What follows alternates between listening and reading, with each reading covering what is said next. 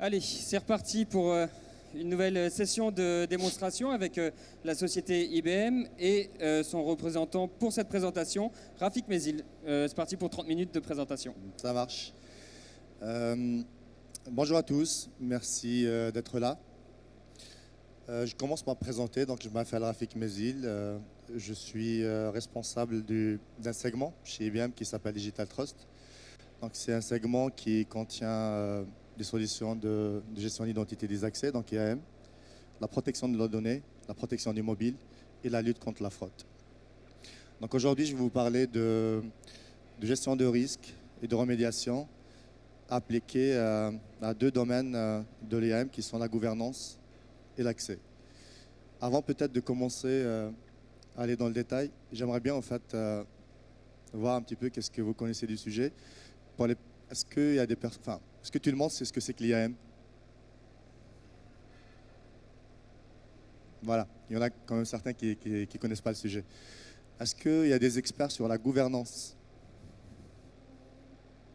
OK. Et est-ce qu'il y a des experts sur l'access? Ça marche. Donc souvent, l'IAM, c'est un marché qui est fragmenté. Donc il y a différents segments, la gouvernance, l'access, la gestion des comptes à privilèges, le SIAM, donc pour les consommateurs, l'IDAS, et j'en passe. Donc aujourd'hui, je vais essayer de faire un petit exercice d'équilibriste. Donc je vais un petit peu jongler entre la gouvernance et l'access, et je vais appliquer le même concept, le concept de risk scoring aux deux domaines. Donc pour ceux qui ne savent pas ce que c'est que l'IAM, je vais l'introduire en 1 minute chrono. Donc le IDAM, c'est l'identité. L'identité, ça peut être un interne, un externe, un utilisateur à privilège, un consommateur, un objet, donc un robot, n'importe quoi. Donc tout objet, au fait, aujourd'hui, ça rentre un petit peu dans l'IAM.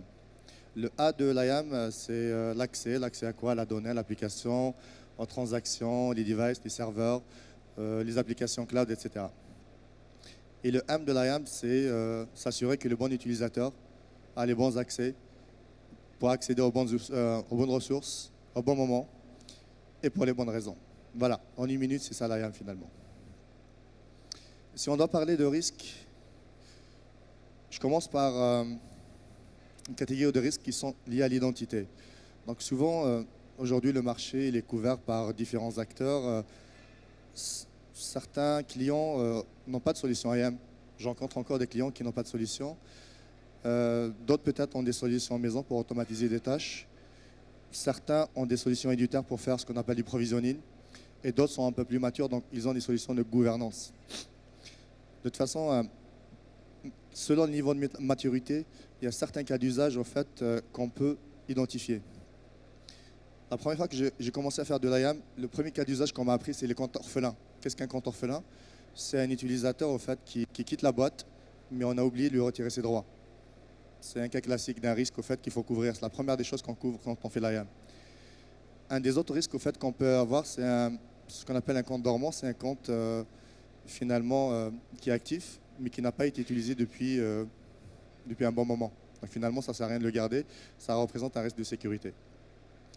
Il peut y avoir aussi un autre risque, c'est un utilisateur qui a été suspendu pour des raisons, mais finalement, un de ses comptes, il est actif. C'est quand même un problème de sécurité. Il y a d'autres problèmes de sécurité que certaines solutions de gouvernance peuvent aussi identifier, mais pas toutes.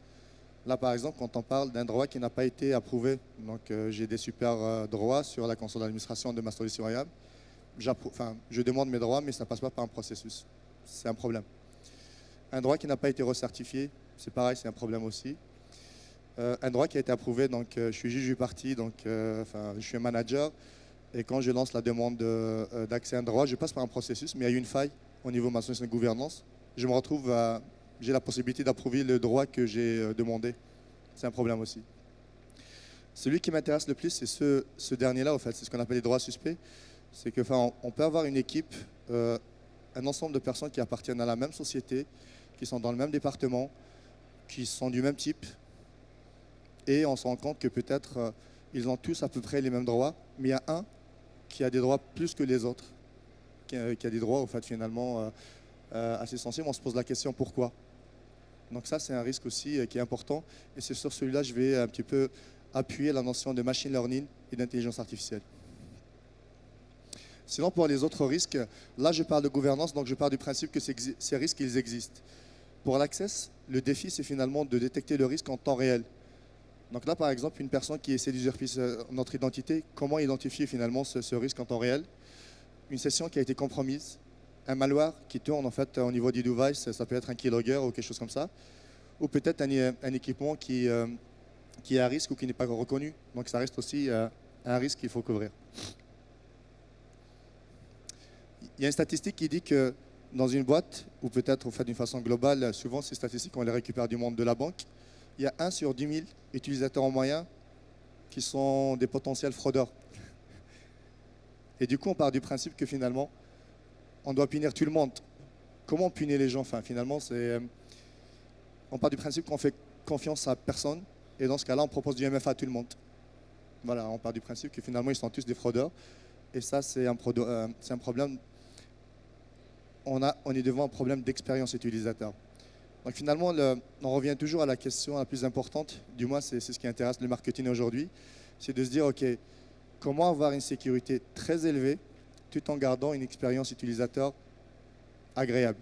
C'est ça, en fait, le défi. Voici un cas d'usage qui est intéressant. Donc aujourd'hui, les systèmes actuels, la sécurité actuelle, c'est ça. Je demande au système, est-ce que je peux rentrer? Le système, il me demande mon mot de passe. Je donne mon mot de passe, c'est sécurité. Là, il me dit, OK, on vient vous envoyer un OTP pour vérifier votre identité. Et là, on se trompe parce que finalement, on a reçu déjà le même SMS, donc on remplit un autre OTP. Et finalement, c'est un nouveau. Au final, on y arrive. Et à la fin, il nous dit, OK, vous pouvez rentrer. Et si on devait voir le problème autrement, le système, il aurait pu me dire, je connais ton téléphone, il est reconnu. Il n'a pas été jailbreaké ni routé, donc en fait, il ne représente pas un risque. Il n'y a pas de signe de malware connu. La zone géographique depuis laquelle tu te connectes, c'est celle que je connais, donc finalement, c'est celle habituelle. Ton fournisseur à Internet, je le connais aussi, vous avez l'habitude de l'utiliser. Le périphérique est conforme aux précédentes connexions, l'activité récente, il n'y a pas de problème de fraude, il n'y a pas de problème d'anomalie, etc. Et l'accès à une zone non critique du site, donc, le site depuis lequel vous vous connectez, bon, ce n'est pas un site risqué. Voilà, rentrez. Donc finalement, l'utilisateur, il est authentifié, mais on ne lui demande rien. Mais parce qu'on connaît beaucoup de choses déjà au fait de cet utilisateur.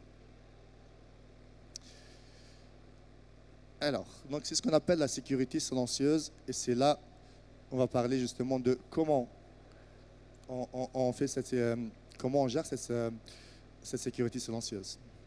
On part du principe que finalement, on a trois facteurs pour faire en sorte que la sécurité soit silencieuse. Donc on part du principe que l'utilisateur il interagit avec un équipement, ça peut être un équipement mobile, ça peut être un poste de travail, etc. Et du coup, cet équipement il a une signature. Donc on connaît l'OS qui est utilisé, on connaît le navigateur qui est utilisé, on sait par exemple la RAM, le CPU, etc. Bon, enfin, on prend un maximum d'informations du device, c'est ce qu'on appelle le device fingerprinting. Ça c'est un facteur qu'on prend en compte. Le deuxième, ça va être l'analyse de malware. Donc on sait reconnaître des comportements suspects, on sait analyser du code malveillant, ce genre de choses, etc. Et on saura par exemple voir s'il y a un keylogger qui tourne au niveau du poste de travail. Ça aussi, c'est quelque chose qu'on fait, c'est ce qu'on appelle de l'analyse de malware. Et le troisième facteur qui est important, c'est ce qu'on appelle la biométrie comportementale.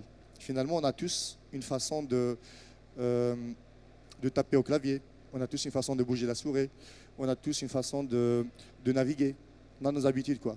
Donc tout ça, ça va contribuer finalement à calculer un profil.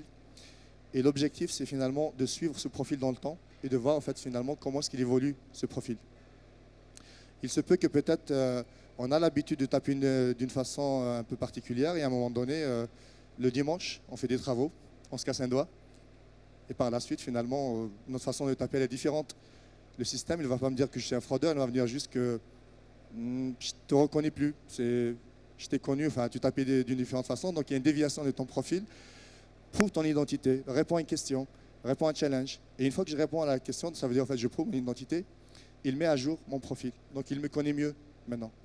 Et c'est comme ça que finalement on apprend à connaître l'utilisateur et aussi à calculer ce qu'on appelle un risque de confiance. Enfin, soit on parle de niveau de risque ou de niveau de confiance.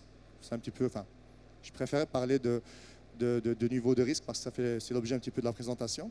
Donc plus le risque il augmente, plus je peux me permettre finalement de challenger l'utilisateur parce que finalement je suspecte qu'il y a une fraude ou qu'il y a usurpation d'identité. Ça, c'est le scénario que je vais appliquer au fait à la gestion des accès. Excuse-moi. Le deuxième scénario que je vais présenter, c'est un scénario d'analytics finalement.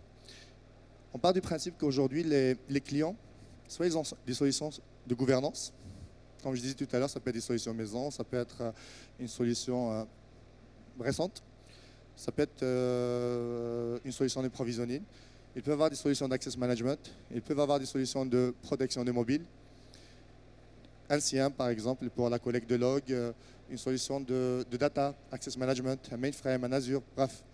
Là où il y a la notion d'identité, de compte, d'application, c'est des choses en fait qu'on sait ingérer, on sait les remonter.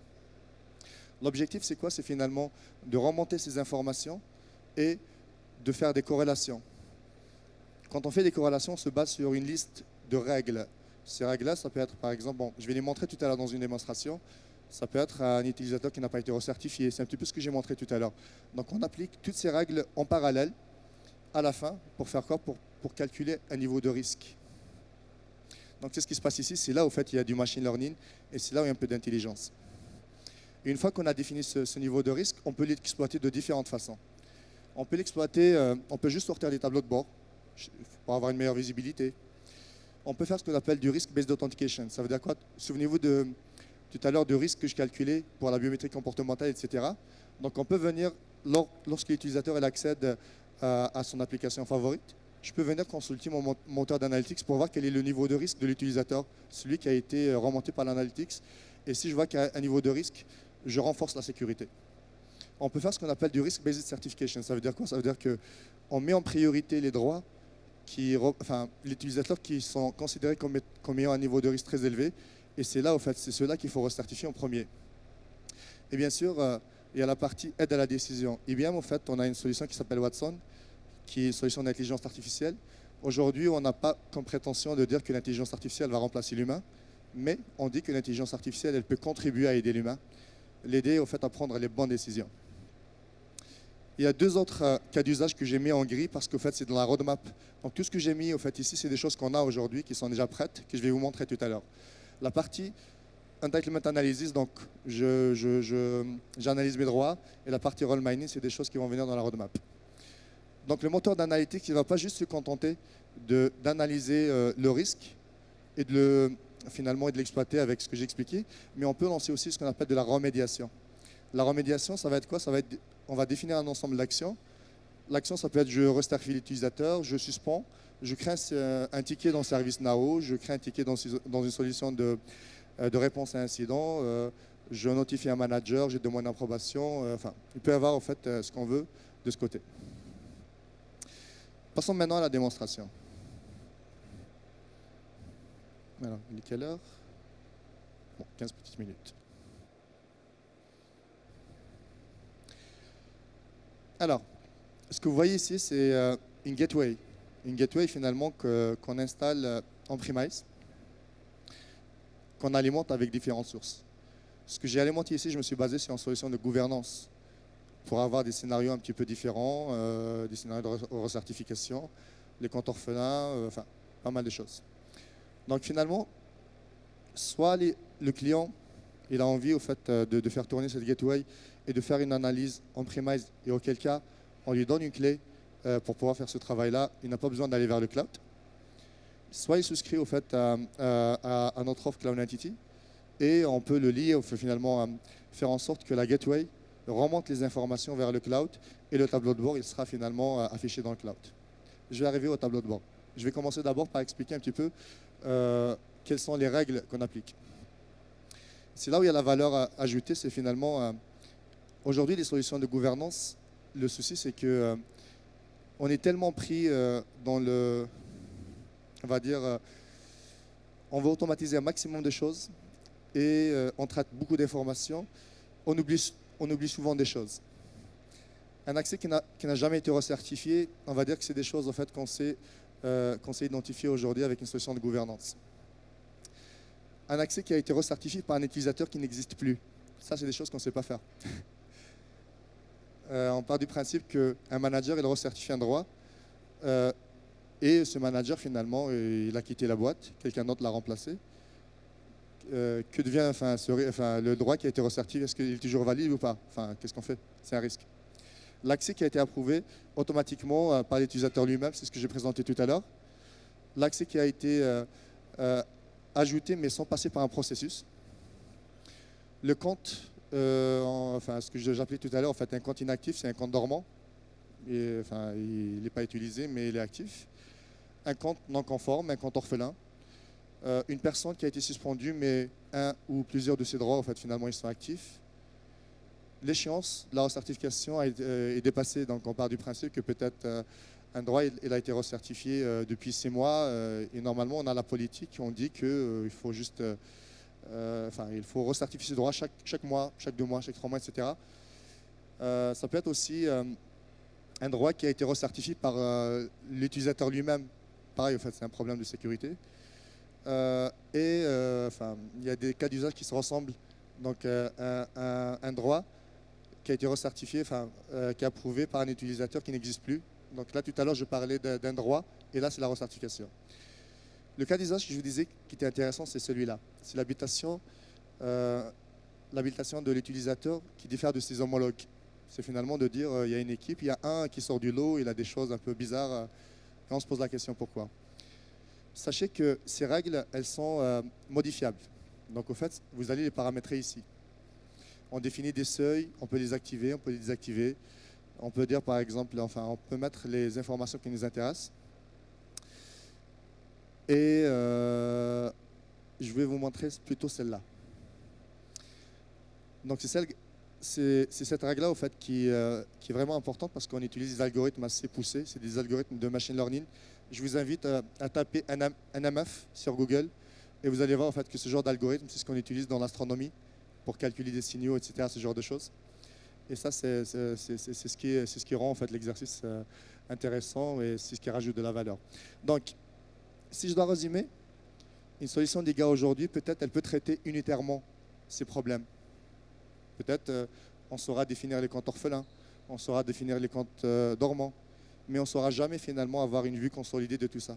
Parce que finalement, le but de l'exercice, c'est qu'une fois qu'on a mis le droit, la politique comme étant actif, elle s'exécute et il y a une corrélation entre ces règles, finalement, pour calculer des scores de recommandation. Et toutes ces règles s'exécutent en même temps sur le même utilisateur. Alors, ça, c'est les différentes règles. Maintenant, on va parler d'actions. Les actions les plus connues, c'est quoi? C'est que quand il y a un problème de sécurité, le premier réflexe, c'est de se dire « je suspends l'utilisateur ». Au moins, j'ai réduit le risque. Il ne peut rien faire. On commence déjà par ça, c'est bien. Ça peut être aussi, je recertifie l'utilisateur. Je lance une action de recertification sur la solution de gouvernance et derrière, en fait, au moins, on s'assure qu'il y a quelqu'un qui a validé ses droits. Mais bien sûr, ça peut être autre chose. Ça peut être envoyer une notification au manager, ouvrir un ticket service now, bloquer le firewall, rajouter une règle dans le firewall pour bloquer. Ça peut être envoyer un challenge par MFA. Bref, sachez que ces actions-là, elles ne sont pas en dur et vous pouvez en rajouter autant que vous voulez.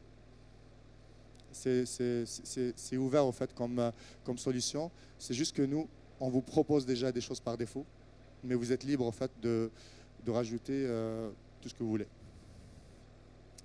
Donc une fois qu'on a défini tout ça, qu'est-ce qu'on va faire? On va faire ce qu'on appelle un contrôle. On lance l'analyse et là la solution va commencer à processer. C'est là qu'on va commencer à ingérer les données, appliquer les règles de corrélation, appliquer les policies, à faire tourner les algorithmes de machine learning, à faire tourner au fait, à calculer les scores de recommandation en se basant sur les moteurs d'IA, etc. Donc tout ce que vous voyez ici, c'est mon analyse que j'ai lancée. Une fois qu'on a lancé cette analyse, vous avez un petit bouton ici qui vous permet de lancer. Vous allez avoir ce résultat. Donc le moteur d'analytics, il va remonter des informations. Il va vous donner différentes perspectives. Il va vous dire par exemple qu'il y a 2400 utilisateurs qui représentent un risque. Il ne va pas remonter tous les utilisateurs de la solution EGA, mais il va remonter les utilisateurs qui ont un niveau de risque, qui sont considérés comme étant à risque. Il va vous dire qu'il y a 17 000 violations critiques, qu'il y a 14 applications à risque et qui a 873 habilitations à risque. Donc tout ça, c'est des vues différentes. C'est juste en fait une façon de présenter un petit peu les choses. On peut avoir le risque, on peut avoir une vue par application. Donc là, par exemple, si vous cliquez sur une application ici, vous allez voir toutes les violations qui sont liées à cette application. Sachant que les informations que vous remontez au niveau de l'application, c'est des choses qu'on sait contrôler. Et là, on a déjà un score par application. Cette application, 1 minute. On fait signe que j'ai 10 minutes pour finir ma démo. Donc là, c'est les différents risques qu'on a sur l'application. On peut voir les top 5 des violations principales par utilisateur. On peut avoir des graphiques comme ça. Mais ce qui m'intéresse, moi, c'est plutôt cet onglet-là. C'est là où il y a de l'aide à la décision. Donc la solution, elle me dit que ce qui s'affiche ici, c'est je recommande de recertifier et là, je recommande de suspendre. Si on regarde de plus près, finalement, ce qui est affiché ici, on va voir que j'ai fait déjà quelques traitements. Donc il y a des choses, il y a des actions que j'ai lancées, mais qui n'ont pas été appliquées encore. Enfin, c'est en attente d'application. Il y a des cas d'usage où j'ai dit, voilà, de toute façon, le risque, je l'accepte, je le prends, je fais rien. Après, je prends par exemple ce cas d'usage-là. C'est là que je vois un petit peu les possibilités que j'ai. Je peux ajouter une exception. Je vais dire que ce risque, je le connais, je l'accepte pendant 10 jours, mais je vais être rappelé dans 10 jours pour le traiter réellement. Donc je mets une date de, voilà, je me challenge pour le faire par exemple dans 2 jours et je fais une petite remarque, juste blabla, enfin, juste pour vous montrer un petit peu l'exercice, ce que c'est. Je peux par exemple faire le marquer comme étant fait, je peux lancer la recertification et tout à l'heure je vous ai montré qu'on pouvait rajouter des actions. On pouvait rajouter des actions, donc ça peut être envoyé vers ServiceNow, faire des choses comme ça, etc. Donc je peux par exemple décider d'ouvrir un ticket dans ServiceNow. Comme je peux par exemple dire, voilà, ce risque, finalement je l'accepte et c'est pas la peine d'aller plus loin, hop, c'est fait. Et là, on n'en parle plus. Bien sûr, vous pouvez filtrer par action traitée. Vous allez voir en fait qu'il y a différentes cases à cocher. Donc celle-là, ça veut dire c'est traité, ça c'est en attente de traitement. Et on peut avoir aussi des exceptions. En orange, c'est des exceptions. Voilà en tout cas le cheminement de l'analytics. Donc on part de d'une source, on calcule des risques, on ajoute de l'aide à la décision et on applique des actions de remédiation. Finalement, on a fait la boucle. Là, je vais vous montrer un autre exercice. Donc cet exercice-là, au fait, c'est plutôt de se dire, OK, on se connecte, enfin, on veut voyager, c'est l'été, donc on prépare un petit peu nos vacances. Donc là, je me connecte sur mon agence de voyage. Oups, par contre, j'ai plus de batterie. J'espère que ça va tenir. Je me connecte sur mon site de voyage. Je mets une adresse email. C'est pas pratique au fait de parler au clavier, de taper au clavier.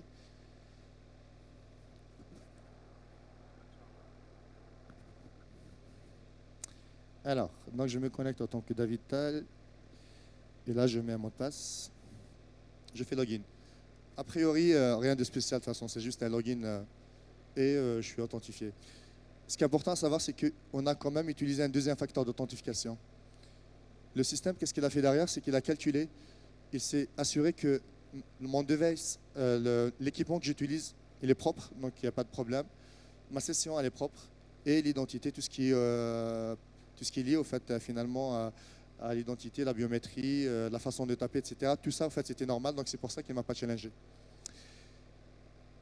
Je reviens, en fait, sur un autre cas d'usage. Hop. Donc, cette fois-ci, je vais simuler, au fait, un autre cas. Donc, ce que je vais faire, c'est, je vais commencer, je vais faire, je vais aller de London, par exemple, vers Los Angeles. Non, mais juste. Et là, je choisis 2 passagers et je lance ma recherche. Il y a ce billet-là qui m'intéresse parce qu'il est moins cher. J'accepte. Je remplis au fait mon formulaire. Et là, qu'est-ce qui se passe? On me demande finalement mes challenges. On me dit, voilà, prouve ton identité. Il faut mettre ton empreinte digitale ou du push. Enfin, il y a différentes façons de faire du MFA. Donc là, c'est juste pour illustrer. Donc j'ai prouvé mon identité et on me félicite, j'ai commandé mon billet. Pourquoi on m'a félicité? Parce que finalement, la solution a identifié qu'il y avait un risque. qu'il y avait un risque au fait et que le risque était de 700 sur 1000. Et l'action qui est recommandée, c'est d'authentifier l'utilisateur, c'est de s'assurer que l'utilisateur, c'est bien le bon. Donc ça, c'est pour ça qu'il y a eu du MFA. Le risque, c'était quoi? On ne connaît pas le device, il est suspect. La biométrie comportementale n'a pas été validée. Et on a remarqué que la façon de taper, de remplir les formulaires était bizarre. Parce que finalement, peut-être c'est un robot qui a rempli à notre place. Et du coup, voilà, c'est pour ça qu'on a calculé ce niveau de risque et qu'on a challengé l'utilisateur. Le troisième cas d'usage, c'est quelque chose que vous avez sûrement rencontré quand vous avez voyagé. C'est vous avez l'habitude en fait d'accéder à votre banque depuis la France et à un moment donné vous voyagez à Vienne, à Prague et vous essayez de regarder un petit peu le solde de votre compte. Et là, je vous montre directement dans la démo, comme ça vous allez comprendre un petit peu. Hop, j'essaie de m'enrôler par exemple. Et là, vous voyez au fait qu'il y a un message d'erreur. Ce message d'erreur, c'est des choses au fait qu'on voit souvent quand on est à l'étranger. On croit que la banque, au fait, elle est inaccessible, qu'il y a un problème technique. Mais finalement non. C'est juste un message un petit peu politique pour dire, voilà, la banque ne va pas vous dire que vous êtes des fraudeurs. Elle préfère vous dire qu'il y a un problème technique et envoyer le mail finalement à la personne en disant que c'est vous qui avez essayé de vous connecter. Donc pourquoi finalement on affiche ce message? Parce que le risque était de 1000 sur 1000 et on a donné l'ordre finalement de bloquer la session. Ce qu'on a fait ici, c'est on a fait ce qu'on appelle de l'adaptive access. C'est finalement au fur et à mesure qu'on voit un petit peu le profil utilisateur, les déviations, le niveau de risque, le risque de score et tout ce que j'ai expliqué tout à l'heure, finalement, on lance des actions de recommandation. Je vous montre comment ça se configure comme ça dans la solution, si j'ai accès. Je pense que... Hop.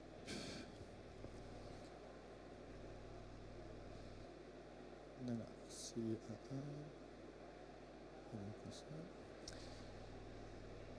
donc pour information, ce genre de technologie, c'est une techno qu'on a depuis 2008.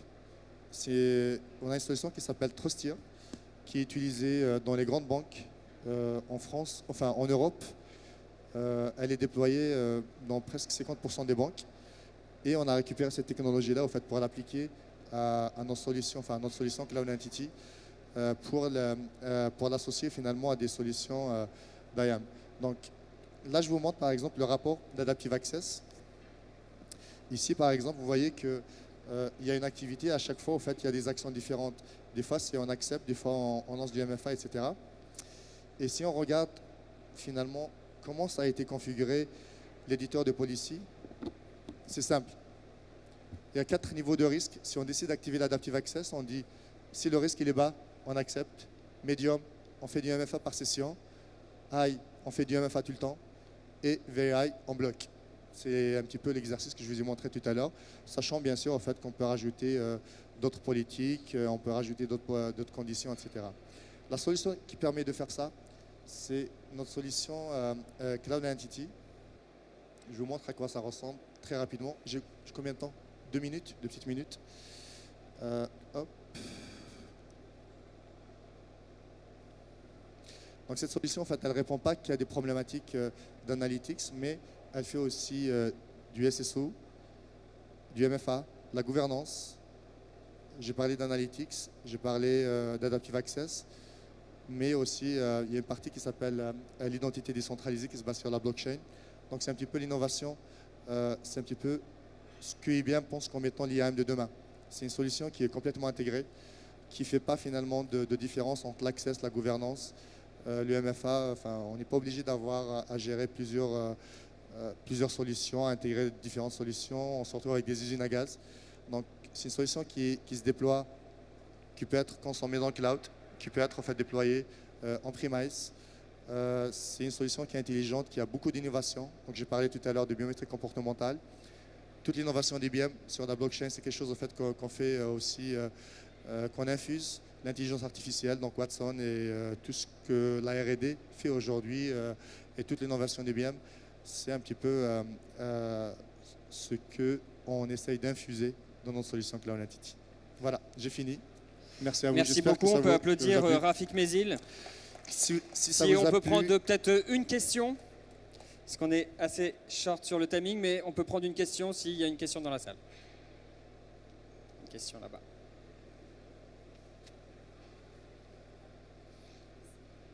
Excusez-moi, c'était quoi le nom de l'algorithme de machine learning dont vous aviez parlé? Il s'appelle NMF. NMF, je regarde juste si j'ai une connexion Internet. Hop, si je fais NMF, là c'est négatif. C'est factorisation par matrice non négative.